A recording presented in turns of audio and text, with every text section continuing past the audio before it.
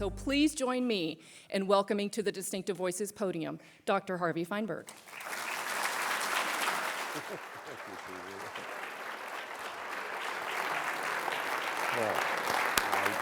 I know that when you come to Irvine and to Newport Beach that the proper attire is resort casual. But I want you to know this is what passes for resort casual in Washington, D.C., so here I am. I'm going to be talking tonight with you about a subject that most doctors for most of their lives have not wanted to talk very much about. And that is the question about errors in medical care and the quality of health care. It's something that touches each of our lives at one time or another, and for some of us, almost as a daily or regular experience. I want to begin by asking you all a question. How many of you in your families or with a close friend know of an experience where you believe there was an error in the medical care of that person? How many of you had that experience?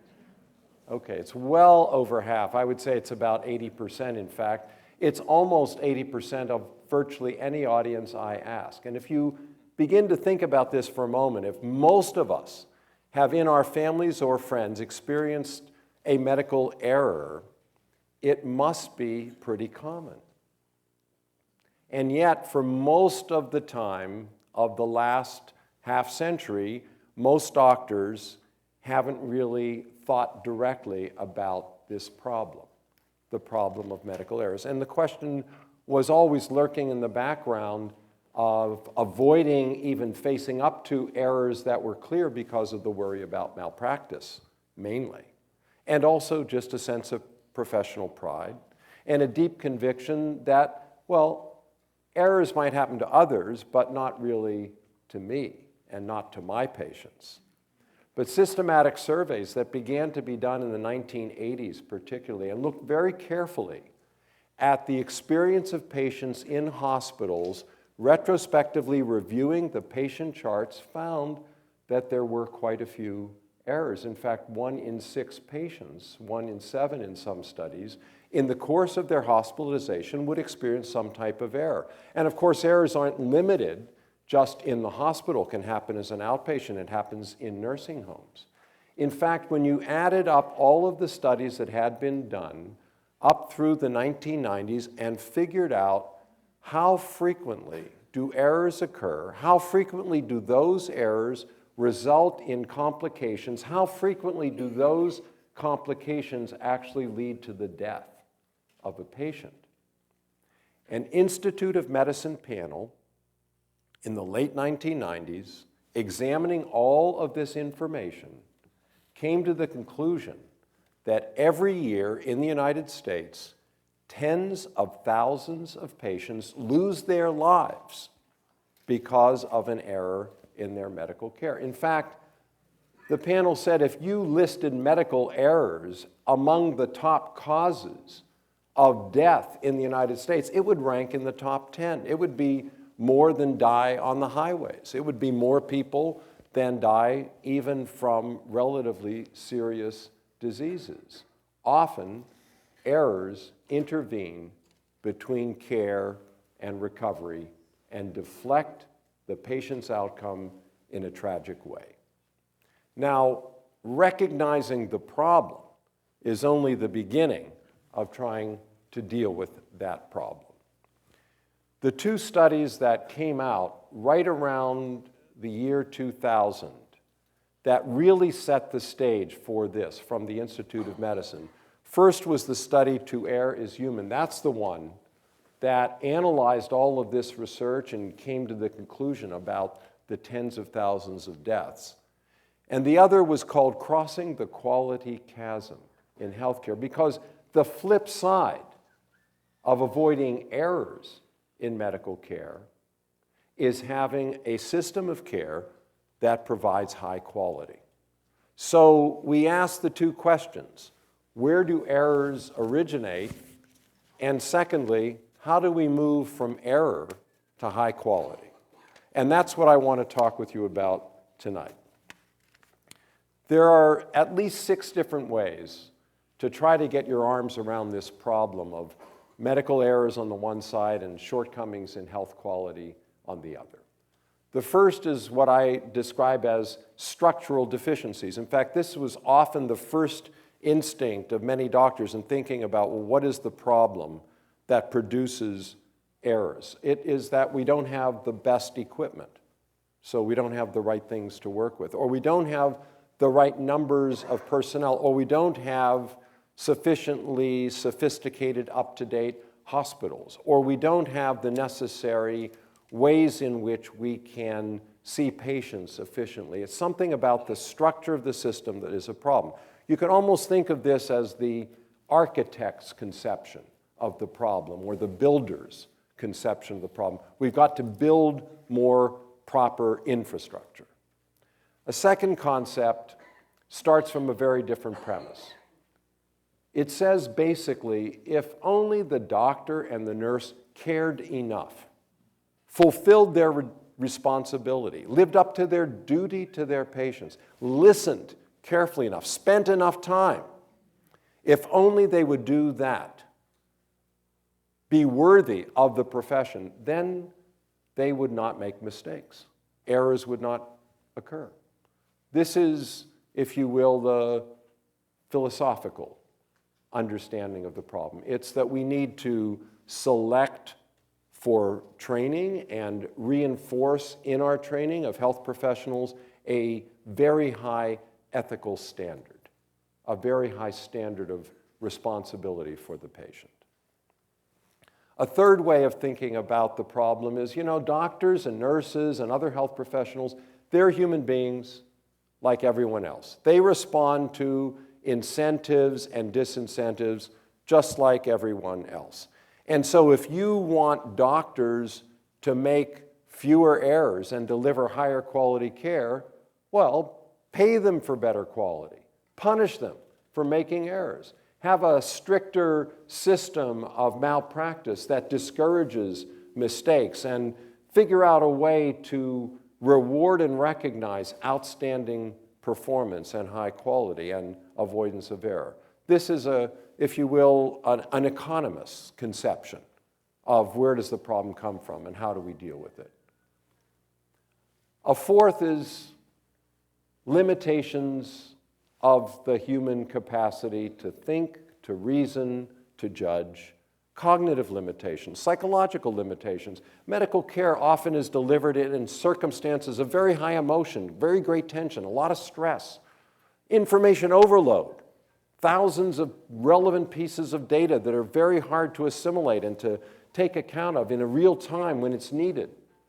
So there are psychological limits to how many things you can expect the doctor to do or the nurse to be able to execute properly. And so the solution for this problem is that you figure out ways to support decision-making. You figure out ways to limit the hours that residents are on duty. You figure out ways to limit the strain and stress that applies in emergent, especially urgent care situations, difficult, complex patient care.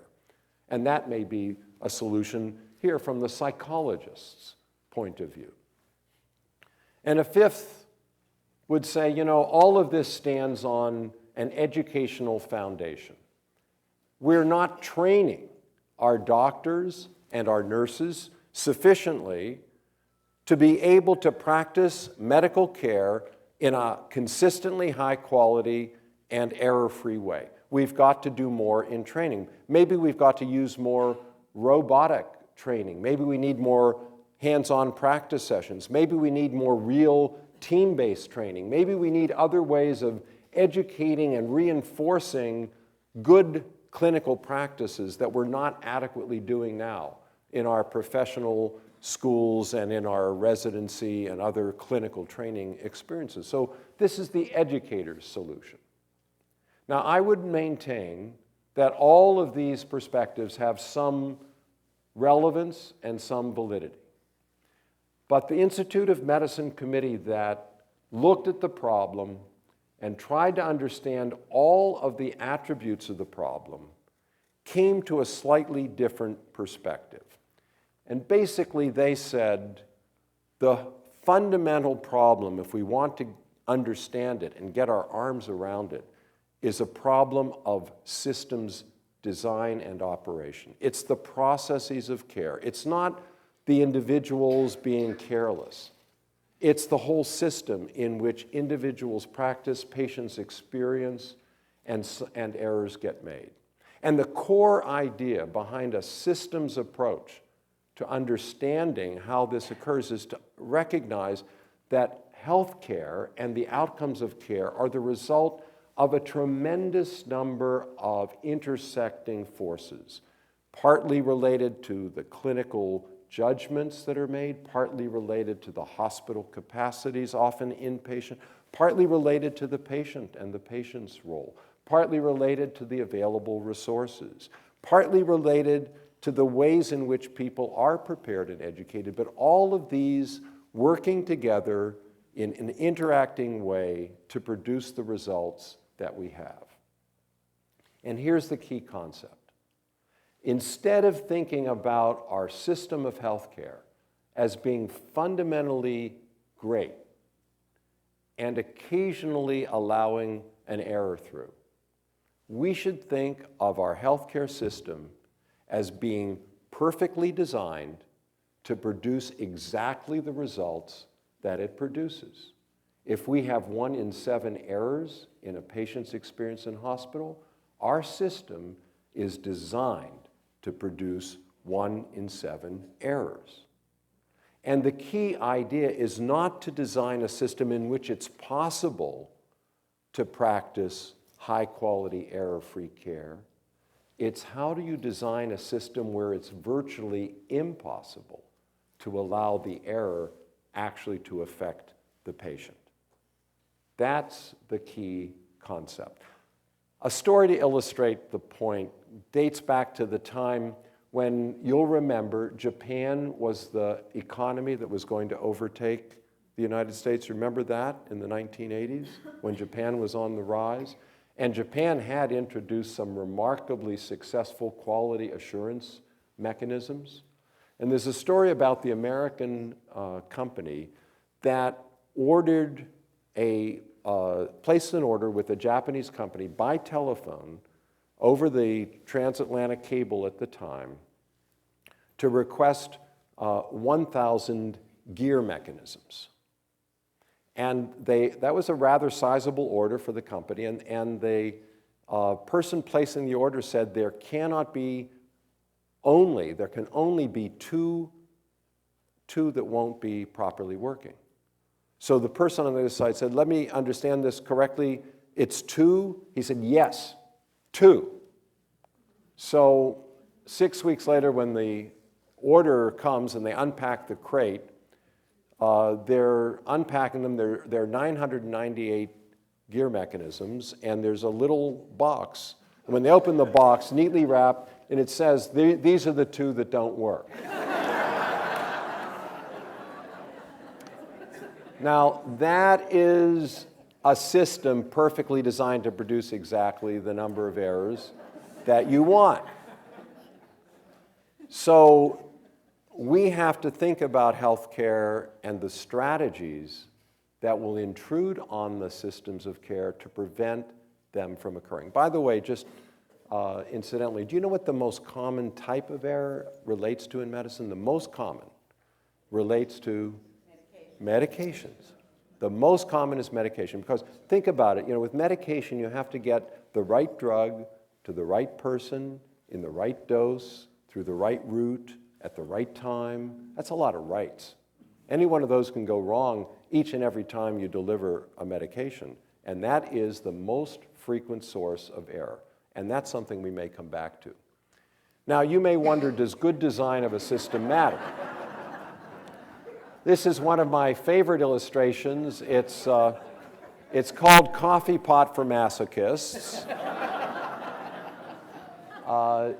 There are some mornings when I think I could probably use it without thinking, but the point of this illustration is that every design, everything that we even take for granted, has an effect on its quality and safety.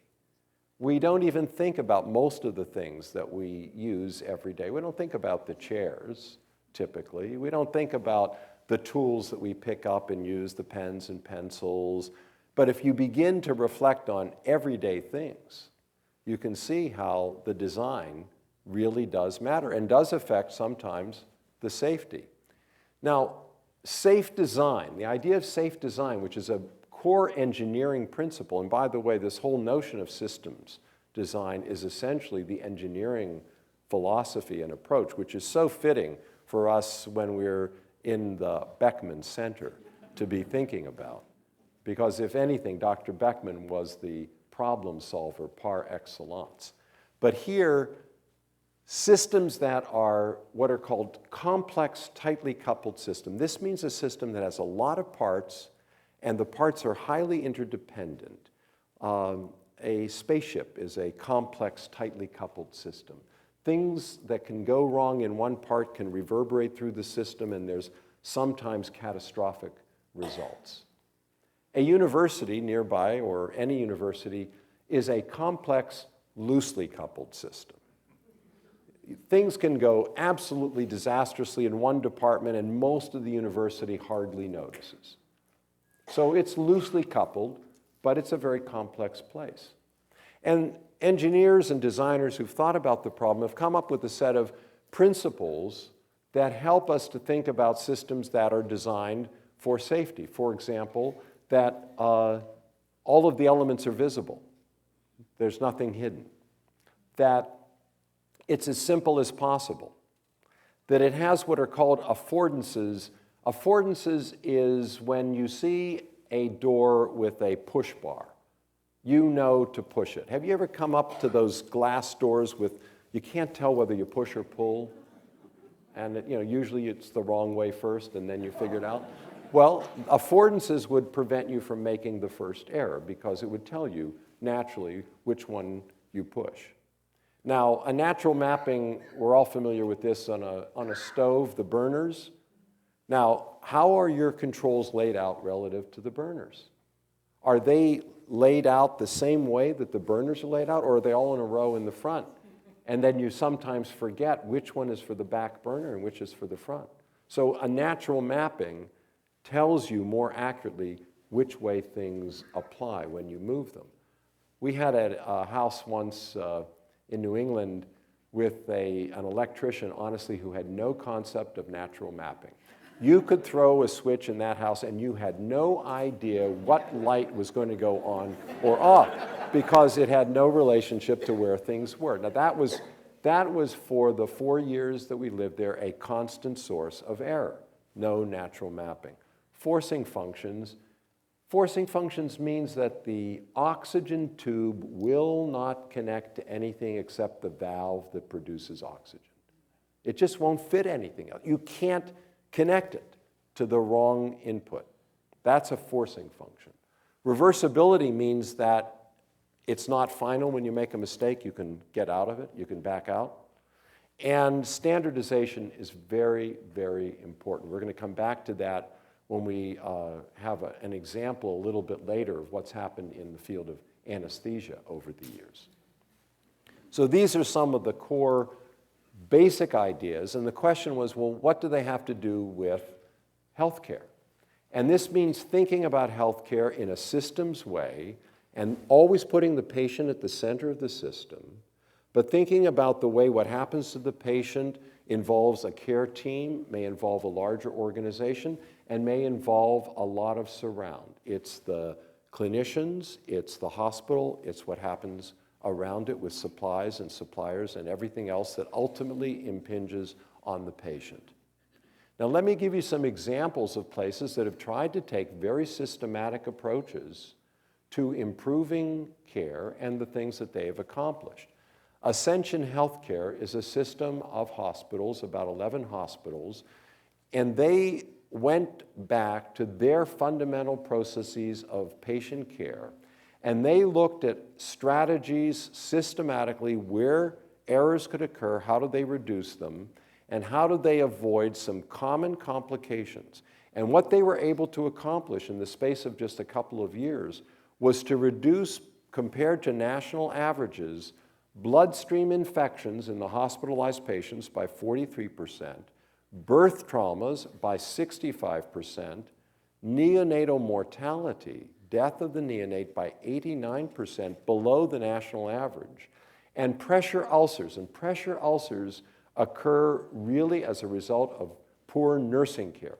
It's nursing care that determines whether a patient will develop pressure ulcers, and that they were able to reduce 94% below the national average. Now, I made a brief allusion to the field of anesthesiology because it's such a telling and excellent example for me during my professional lifetime of the changes that have been made moving toward a much safer health system in parts. When I was in training and early in practice, anesthesia was actually considered a pretty risky proposition. Just from anesthesia alone, about 1 in 10,000 patients would die in surgery because of some mistake related to anesthesia. And today, that number has been reduced to where it's less than 1 in 200,000 surgeries. That's more than an order of magnitude reduction. And the anesthesiologists have benefited tremendously. Their malpractice judgments, their fees, the number of claims that are aimed at anesthesiologists have declined, as shown on the slide. And the proportion of malpractice claims that are closed with payment went down from roughly 64% in the 1970s to 45%. So not only were the claims fewer, but the settlements were less. So the anesthesiologists have benefited, but that's nothing compared to how patients have benefited. How did they do it?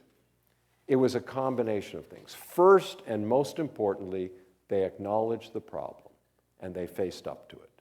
They established an anesthesia safety foundation whose whole purpose was to examine errors, figure out what happened, figure out how to prevent them, and get those new procedures, practices in place. And they brought everybody into the act. They brought the anesthesiologists, they brought the regulators, they brought the manufacturers, they brought the patients' representatives. They had regular communication through the profession throughout the country. They invested in research that would enhance safety per se. And new technology made a tremendous contribution. I can remember as a resident in the hospital, if you had a very sick patient and you needed to know what the oxygen level they were getting in their bloodstream was, it was a major production. You had to alert the laboratory. You had to get a bucket with ice because the transportation of the sample had to be kept cold by the time it would reach the laboratory, or else the oxygen tension would change because of the temperature change. You then had to locate an artery. You had to have a glass syringe. You took a blood specimen from the artery into the glass syringe. You had to hold that artery for at least 5 minutes so that it would not bleed, while someone else would race to the laboratory with the syringe, and a half hour later you would get your answer, which would be with plus or minus 10% accurate. Today, you have a little thing that sticks on the end of your finger. Have you all had that? And it's an instant readout, it's continuous, it's painless, it works by looking at the color of your capillaries, believe it or not. It's such an ingenious invention. Now, if you can constantly measure the oxygen, and another wonderful invention was to measure carbon dioxide, the capnometry so-called. And if you are in the operating room and your anesthesiologist can tell that you're getting good oxygenation and that you're producing carbon dioxide, you can be pretty certain that the endotracheal tube, which was placed, is actually in the trachea and not in the esophagus going to the stomach, which you don't want, which was the cause of many horrible tragedies from time to time in the past. So these technological advances have also made an enormous difference for anesthesiology, but even more has been the fact that the manufacturers and the trainers work to simplify and standardize the equipment. So the same controls were in the same places in every surgery. And that made a very great difference in terms of your ability as an anesthesiologist to do your job. They say anesthesiology is a field of boredom punctuated by panic from time to time. And when that panic arises, you've got to be able to push the right button at the right moment. Now, one of the things that is definitely going to be making an increasing contribution to both safety and quality is the advent and the expansion and distribution of technology and information technology for the use of doctors and patients. How many of you use a home computer for anything related to your own health? I'm just curious. Well, it's quite a few. I would say it's about half here. Your doctors are starting to use computers too.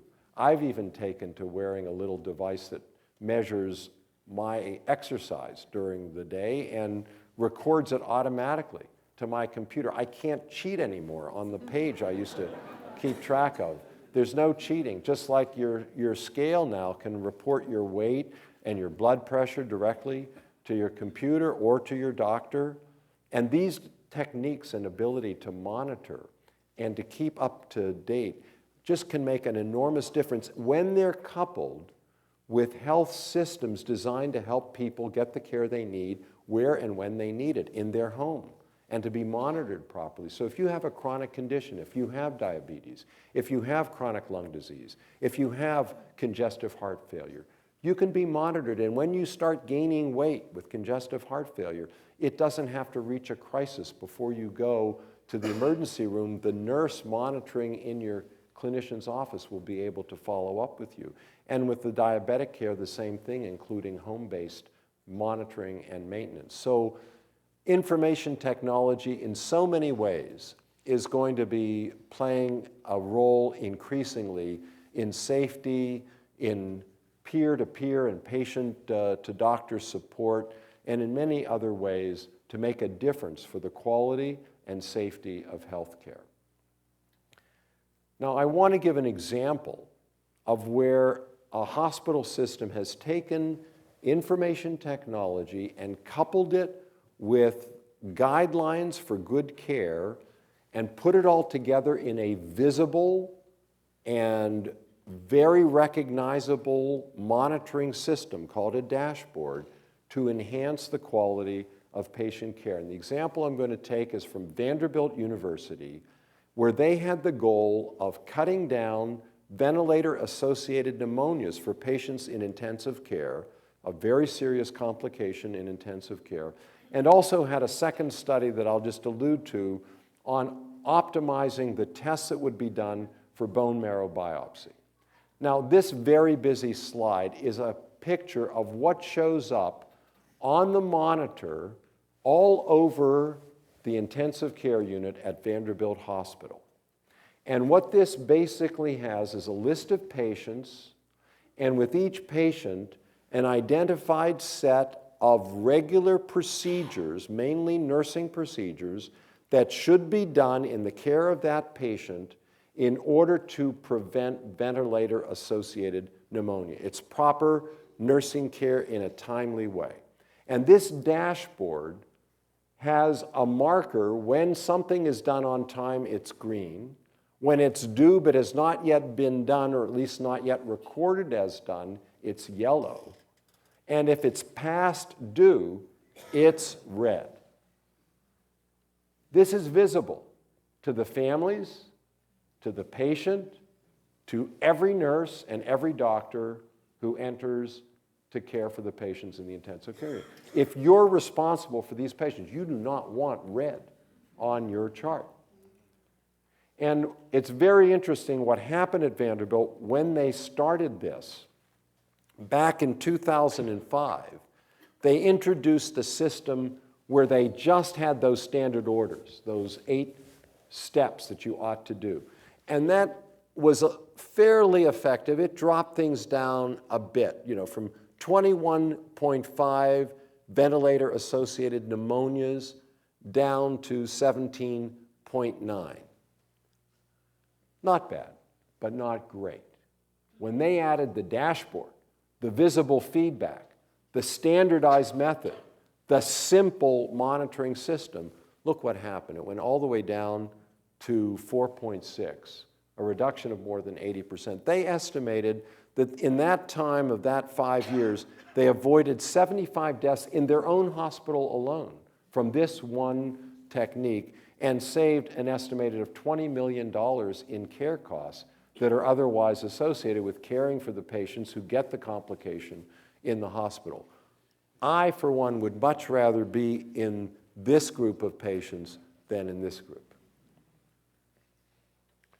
Another example of what they did, which shows that high quality of care doesn't always mean doing less. Sometimes it means doing more. When you have certain types of cancer and the clinicians do a bone marrow specimen, they will send that specimen for tests in the laboratory. But not every test is actually relevant to every patient with every type of cancer. And so all they did at Vanderbilt was to have the order run through a information feedback system that would inform the doctor how their orders compared with the standard recommendations for patients with the diagnosis that the doctor reported, and gave the doctor the possibility then of either reducing or adding to their order set. They did miss some tests, on average about a half a test per patient, but they had almost 1.3 too many that were unnecessary, and the net effect was almost one test per bone sample that was done. And when you add that up around the country, believe it or not, that's also millions and millions of dollars that could be saved and care improved because you're doing a more precisely prescribed set of tests for that patient. Now, I want to refer to another basic engineering approach to improve the quality and efficiency of healthcare, and it's almost embarrassingly simple. The idea is operations research, and the essential idea is that the problem of backups in hospital and overcrowding are often problems of scheduling. And here's how it works. Typically, you go into the emergency room. A lot of you must have been at emergency rooms. Oftentimes they're crowded. And in fact, sometimes they are really overcrowded. Sometimes hospitals even tell the ambulances, don't bring us any more patients. We can't handle them right now. So when a hospital has a very crowded emergency room, what is the typical response of the people responsible for the hospital? The typical response is, we need to build a bigger emergency room. It's logical, isn't it? It's crowded, build a bigger room. That's a little bit like, imagine you were collecting rain in a rain bucket and you had a small hose that was letting the water out and it was overflowing, and your solution was to enlarge the bucket. Operations research says, no, look at the hose. What is it that's blocking patients from going out? Oftentimes, patients are in the emergency room need to be scheduled for surgery, it turns out. And so scheduling through surgery actually has a backup benefit for the emergency room. What's wrong with surgical scheduling in hospitals? Well, first, most surgeons really don't like to operate on Fridays. Well, because, they could be bothered on the weekend, and the hospital doesn't have the first team in place on the weekend sometime. Well, hospitals have to be 24/7. Another problem, they like to have a room designated for their kind of surgery. They want the surgery that they do in the same room to be there.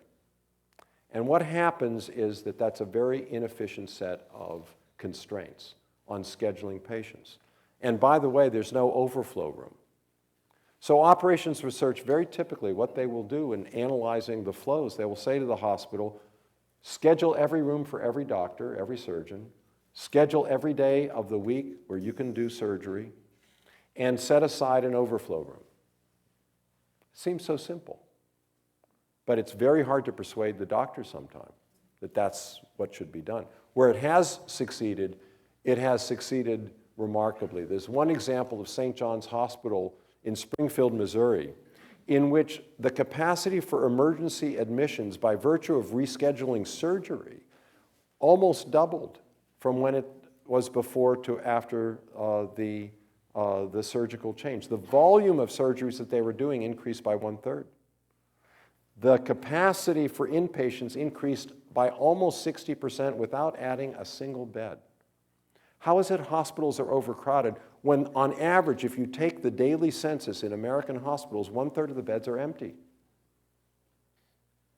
It's scheduling. And the waiting time improved very dramatically in the afternoon because they had set aside the room. Another simple example, Cincinnati Children's Hospital. This is quite a remarkable story because their waiting time declined 28% while their volume increased 24%.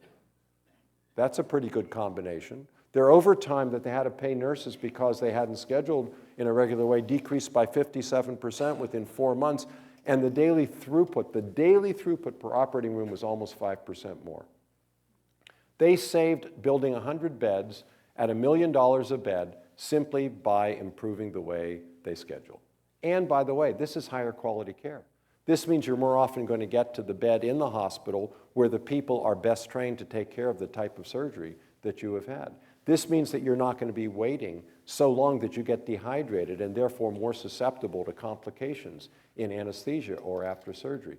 This is better in every way, and it saves money. Now, we have done a lot of work on malpractice, which is a real problem in our country, and it's something we might want to discuss if you're interested afterward in the discussion period. Very simply, our malpractice system neither rewards most patients who get injured nor deters bad practices. So it loses on 2 counts. And I'm sure you all know most of the money does not go to the patients. Most of it goes for administrative and legal costs. So this is a very, very broken system. There are lots of ways that have been tried to fix, including some legislative ways in different states on setting different standards. One of the simplest, most fundamental approaches is to essentially begin to regard malpractice more like a workman's compensation type program in which you have adjudication of injury and damages quickly awarded, and you also have systems that can weed out those occasionally really bad actors who are just not going to be able to provide level of care at the quality we need. Health literacy is a very important problem from the point of view of patients, especially in a country that's as heterogeneous as ours, with education levels, with different languages. One of my favorite examples of the problem, if some doctor says to a patient who's Spanish speaking, this pill you should take it once daily, ONCE, Spanish?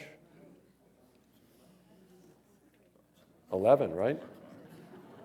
That's not once, that's 11. That's a serious miscommunication.